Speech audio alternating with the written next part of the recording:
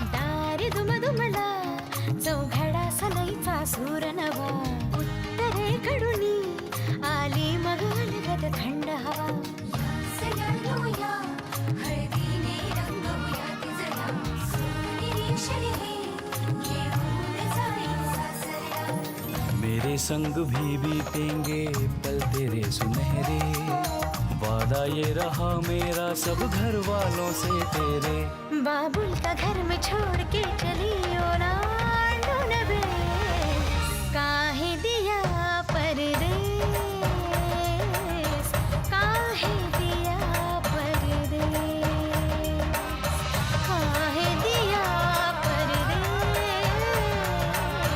काहे दिया परदेस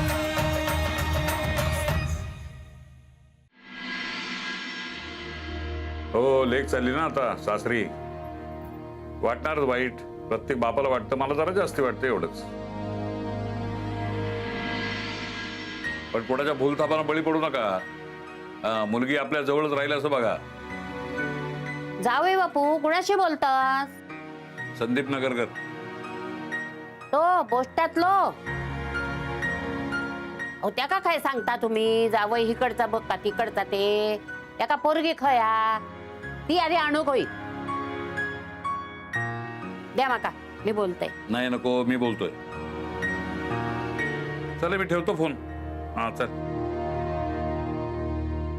जावई बापू अहो नगरकराच्या नावाखाली बनारस करा काय ऐकवता का काय मी कशाला कोणाला ऐकू खरं बोलणारा माणूस आहे मी कायम हे काय सगळा हिशोब लिहून ठेवलाय मी हा दूधवाला नेहमीच जास्तीचं बिल लावतो सोसायटीची नोटीस काढून त्या लोकांना हाकलायला हवं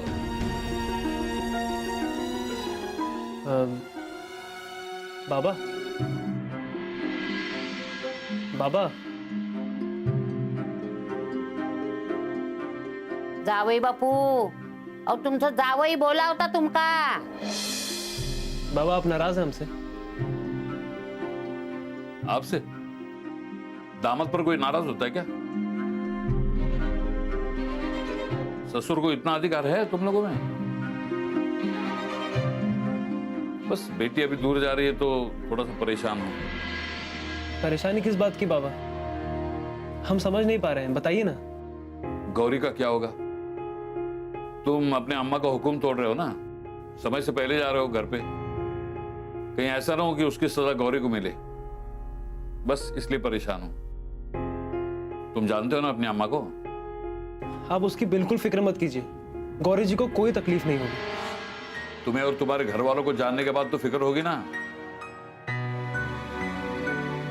कधी उठतात कधी निघतात काय करू शकतो आम्ही बाबा मैं माफ कीजिए पर जाना जरूरी है मतलब सब कुछ इतनी जल्दबाजी में हुआ कि ऐन मौके पे पूछना पड़ा हमें जल्दबाजी जल्दबाजी तो हो गई है अगर तुम मुझे नहीं भी पूछते तो मैं क्या करता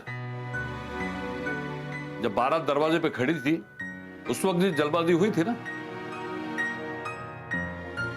मैं कुछ नहीं कर पाया तब नहीं किया तो आज क्या करूंगा मैं बाकी ये तुम्हारा बड़प्पन है कि कम से कम तुमने मुझे पूछा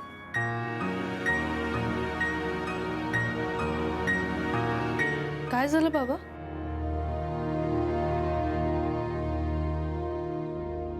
शिव तू बोललायस का काय त्यांना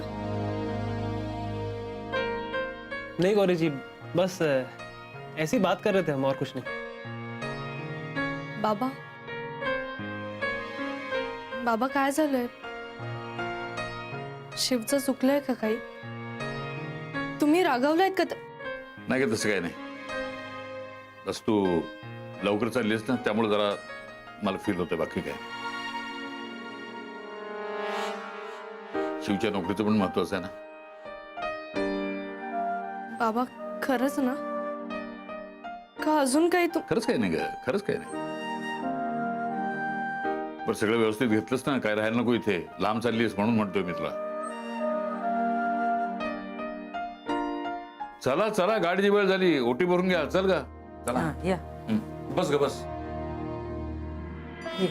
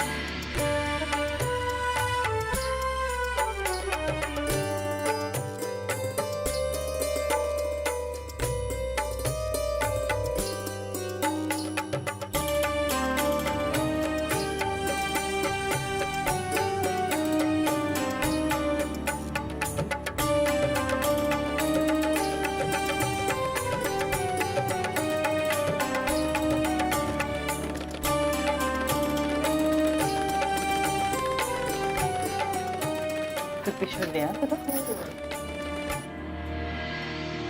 आई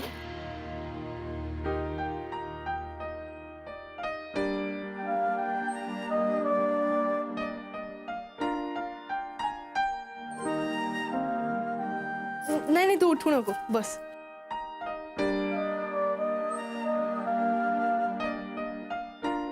सुखी राग म्हणजे सोनपापडी.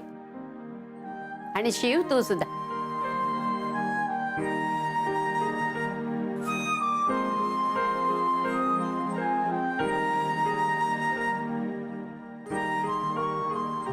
अगं आज नको.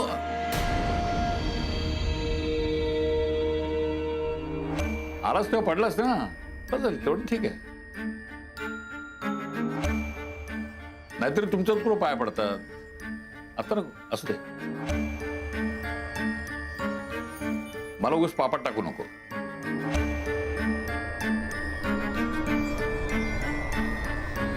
पडू देत बाबा. काय ना अम्माच्या मुन्नाला गरज नसली तरी माझ्या नवऱ्याला तुमच्या आशीर्वादाची गरज आहे.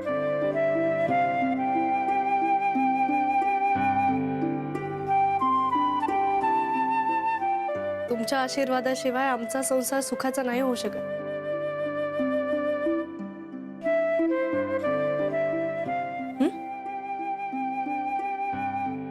सुखी राहा.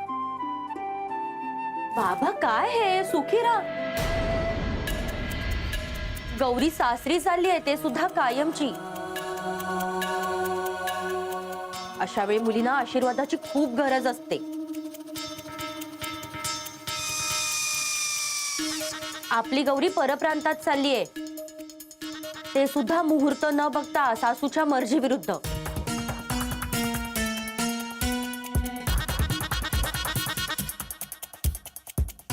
बिचारीला आशीर्वाद देण्यात हात आखडता घेऊ नका.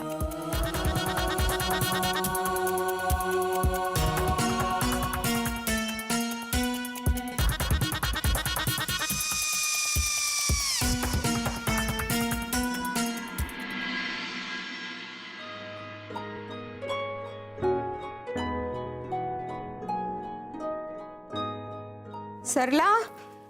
जी अम्मा जी. हाँ ये रखो. हम इतनी रात हो गई है और ये रसोई कम वक्त इसका काम ही नहीं खत्म होता. ठंड पड़नी शुरू हो गई है. लोग आराम से रजाई ओढ़ के बिस्तर पे लेटे हुए हैं और हम यहाँ रसोई में खट रहे हैं. ओ महारानी, ऐसे नजाकत से काम करोगी ना तो रात यहीं गुजर जाएगी रसोई में. जी अम्मा जी बस कर रहे हैं. जरा जल्दी जल्दी हाथ चलाओ. जी.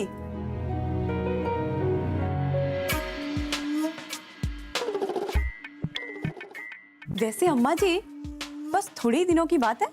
इसके बाद तो देव दिवाली पर गौरी आ रही है तो सारा काम उसी से करवाएंगे और हम दोनों आराम से रजाई में बैठकर टीवी देखेंगे. तुम सच में इतनी बेवकूफ हो सरला जितनी नजर आती हो? क्यों अम्मा जी अब हमने क्या किया? हम यहाँ ये सोच सोच के मरे जा रहे हैं कि गौरी को बनारस वापस आने से कैसे रोकें, और तुम कामचोर मक्कार की तरह अपने आराम की खातिर उसके वापस यहाँ आने के सपने संजो रही हो। अब सॉरी अम्मा जी, सॉरी। अगर आपको हमारी बात अच्छी नहीं लगी तो हम ना अपने शब्द वापस ले लेते हैं। पर अम्मा जी, हम ना मक्कार नहीं है। वो क्या है ना, थोड़ी याददाश्त की प्रॉब्लम है हमें बचपन से। बेवकूफी को कम याददाश्त होना नहीं कहते सरला, और ये हमारे सामने सफेद झूठ बोलना बंद करो। नहीं अम्मा जी, हम झूठ नहीं बोल रहे हैं, सच्ची, मम्मी जी की कसम। और अम्मा जी, हम ना कोई सपने नहीं देख रहे हैं, कुछ नहीं चाहते हम अम्मा जी। आपकी खुशी में ही हमारी खुशी है।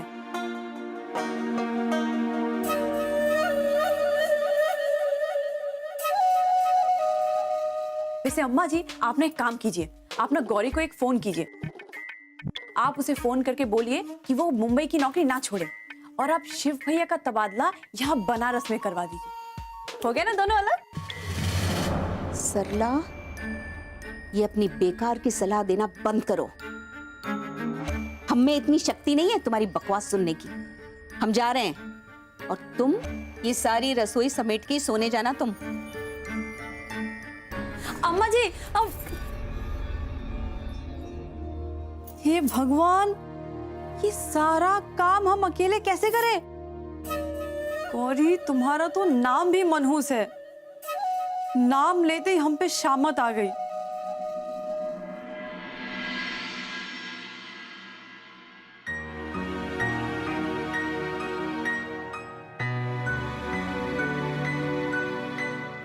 बरं झालं आज नची ऑफिसला गेले आणि हेही बाहेर गेले. आज निशाशी बोलणार आहे मी. पण हे असं मिळमिळीत बोलू नको. चांगला हडसून खडसून जाब विचार त्या का. हा, हे बघ, तू तिची सासू आहेस हे विसरू नकोस. होय सर, राहत आहे तुमच्या घरात आणि तुमचेच वाट लावून टाकली आहे तिने. हो बोलणार आहे मी. आज काय ते खरं खोटं होऊनच जाऊ दे. ती कसली खरं बोलते गो. एक नंबरची खोटारडी बाई आहे ती. आई, मी निघते. हा, जरा थांब निशा, मला तुझ्याशी बोलायचंय. आई उशीर होतोय. मी ऑफिस मध्ये आल्यावर बोलूया आपण. अगो थांब म्हणली ना ती. आजी, ऑफिसला खूप महत्त्वाचं काम आहे.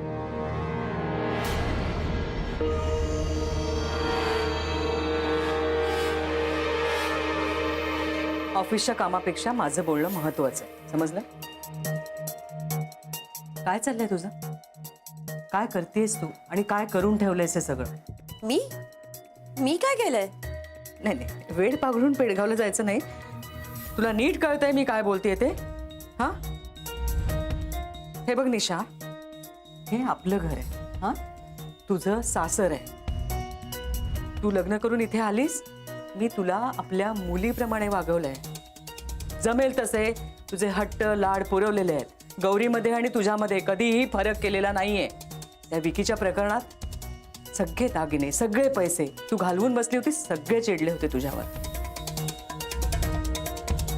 मी एकटीने तुझी बाजू घेतली आणि तुला माफ केलंय. कशासाठी? तू आम्हाला हा दिवस दाखवावा म्हणून. यांनी तुला घराचे पेपर्स दिले, पॉवर ऑफ अटर्नी दिली. त्याचं काय केलंस तू? हा, हे आपलं घर, स्वतःचं हक्काचं घर तू त्या गुंडांना विकून टाकलंस. आई, मी काही केलं नाहीये. तुम्ही माझ्यावर खोटे आरोप करताय. बास निशा, आजपर्यंत तुझ्या बोलण्यावर विश्वास ठेवला मी. हा, तुझ्या सगळ्या चुका पोटात घातल्या मी. अगं, त्या चुकांमधनं शहाणपण येण्यापेक्षा तू निगरगट्ट बनत चालली आहेस. काय करायचं? अगो, जनाची नाही तर निदान मनाची तरी लाज बाळग. ए आजी, जरा गप्प बसा. सतत मध्ये मध्ये बोलू नकोस. सतत टोमडे मारत असे. दुसरं काही काम नाही. एकटी बाई मी काय एकटी बाई? माझ्या आईशी बोलतेस तू? हा उर्मटपणा मी खपवून घेणार नाहीये. हा, अगो, एक तर ती आई थांब, मध्ये मध्ये बोलू नकोस. मी बोलते तिच्याशी. हे बघ निशा, अगं आमचं सोडून दे. नचीचा तरी विचार करायचा. तुझा नवरा आहे ना तो, त्याचं घर आहे ना हे. त्याला सुख देणं हे तुझं कर्तव्य नाहीये का? नचीचा विचार तुम्ही केला? उलट बाबांच्या आडमुठेपणामुळे त्याच्या प्रगतीत विघ्न आलं. गेलो असतो ऑस्ट्रेलियाला, सेटल झालो असतो, पण नाही, तुम्हाला तुमची सेवा करायला सून हवी होती ना. आणि मला बोलताय तुम्ही एवढं, पण कोणामुळे झालं हे सगळं? हा, कोणाच्या लग्नासाठी घर गहाण ठेवलं? तुमच्या लाडक्या लेकीसाठी ना. त्यामुळे हे जे काही घडलंय ना, त्याला तीच जबाबदार आहे. गौरीचं नाव घ्यायचं नाही. तिचा याच्याशी काहीही संबंध नाहीये. कसा संबंध नाही तिचा? तीच जबाबदार आहे ह्या सगळ्याला. गो, तिचं नाव घ्यायचं काय कारण नाही, तो काय सांगून ठेवताय? हडप केले सगळं तू आणि तिच्या राळ घेतस. मग जाऊ द्यायचं होतं ना आम्हाला परदेशी. सुखात राहिलो असतो, स्वतःचं घर, स्वतःचा संसार. पण नाही, मी जणी इतकी वाईट आहे ना, तर का अडवलत माझ्या नवऱ्याला? अगं पण मग त्याचा राग तू असा काढलास आमच्यावर? आमचं घर विकून, आम्हाला फसवून. हा, मागच्या वेळी तुझा मूर्खपणा केला होतास ना, यांनी सगळी भरपाई केली होती. तुझे पैसे दागिने सगळे भरून दिलेले होते. ज्या चुका माफ केल्या, तुला एक संधी दिली, त्याची अशी माती करून ठेवलीस तू. हा, कशासाठी? नचीला आणि तुला वेगळं राहायचं होतं म्हणून? सासू सासरे नकोसे झाले होते म्हणून? हा, मग घ्यायचं स्वतःच्या हिमतीवर घर घ्यायचं. अगं आमच्या घामा कष्टाचं घर का विकून टाकलंस तू? लाज नाही वाटली तुला हे सगळं करताना? हे बघ, गौरीच्या लग्नाच्या खर्चाचं टेन्शन आम्हाला होतं, मान्य आहे मला. त्यासाठी आधार म्हणून तू हात दिलास आम्हाला आणि असं खड्ड्यात टाकलंस तू. एक मिनिट आई, बाबांनी पेपर्स वाचून सही केली होती. मी जबरदस्ती नव्हती केली. आणि तुमची गरज होती ना, म्हणून तुम्ही माझ्याशी गोड वागलात. अगं हे बोलताना काहीच कसं वाटत नाहीये तुला? गरज आमची नव्हतीच मुळी. हे घर विकून पैशांची सोय करणार होते, ते तू करू दिलं नाहीस. कारण तुला गोड बोलून घर हडपायचं होतं आणि केलंस तू ते तसं. कसे आम्ही तुला ओळखू शकलो नाही. आधीच ओळखायला हवं होतं. ज्या मुलीला घर छोटं आहे म्हणून मुलाला जन्म द्यायचा नाहीये, जिला आपल्या नवऱ्याच्या भावनांची किंमत नाहीये, ती आम्हाला काय समजून घेणार? नाही नाही, हे काहीतरी वेगळं प्रकरण आहे. हे सगळं तुझ्या एकटीचं काम नाहीये. कारण काय आहे, तू आम्हाला फसवलंय आणि नचीलाही फसवलंय. यामागे नक्कीच काहीतरी वेगळं आहे. बस इतके दिवस तुला समजून घेतलं ना, पण आता नाही.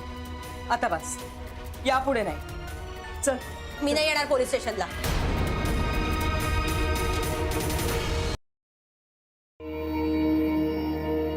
नाही नाही, पोलीस स्टेशनातच न्यायला पाहिजे तुला, पण आता तिथे नाही न्यायचंय. आता तुझ्या आईकडे जायचंय. चल. आईकडे? मी नाही येणार.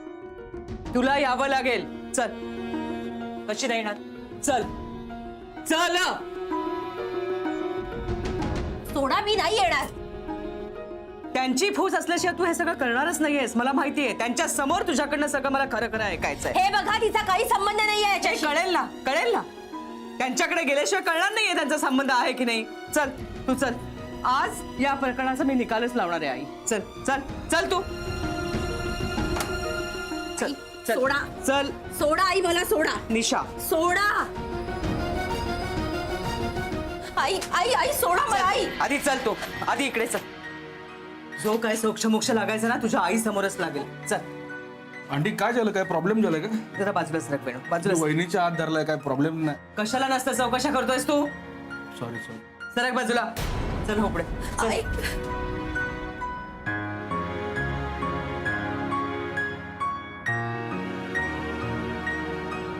हे आजी आजी थांब थांब थांब थांब. ते आंटी आणि निशावणी कुठे गेले? काय प्रॉब्लेम झालाय काय?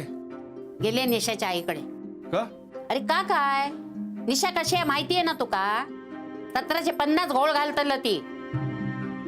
मी तुका सांगतोय, निशाच्या आईची फूस आते का म्हणून ती करता.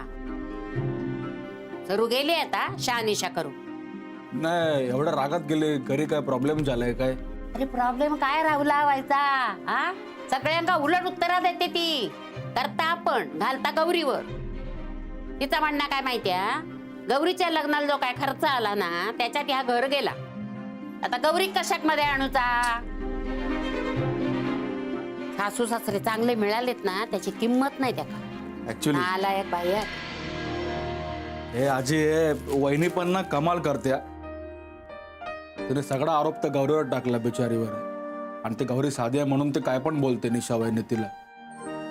एक नंबरची कोटराडी बाई आहे ती. तिने मागे पण त्या गौरीला किती त्रास दिला तुला माहिती आहे ना. आणि तरी पण त्या गौरीने तिला माफ केलं. गौरी मुडेचे घर वाचलंय आजी. काय तिने त्या आप्पाला 5 लाख रुपये दिलं आणि घराच्या अगेन्स्ट असलेलं कर्ज परत करायचं प्रॉमिस केलं. म्हणून त्या आप्पानं बाबांना म्हणजे अंकलला हे घर भाड्याने राहायचं परवानगी दिली.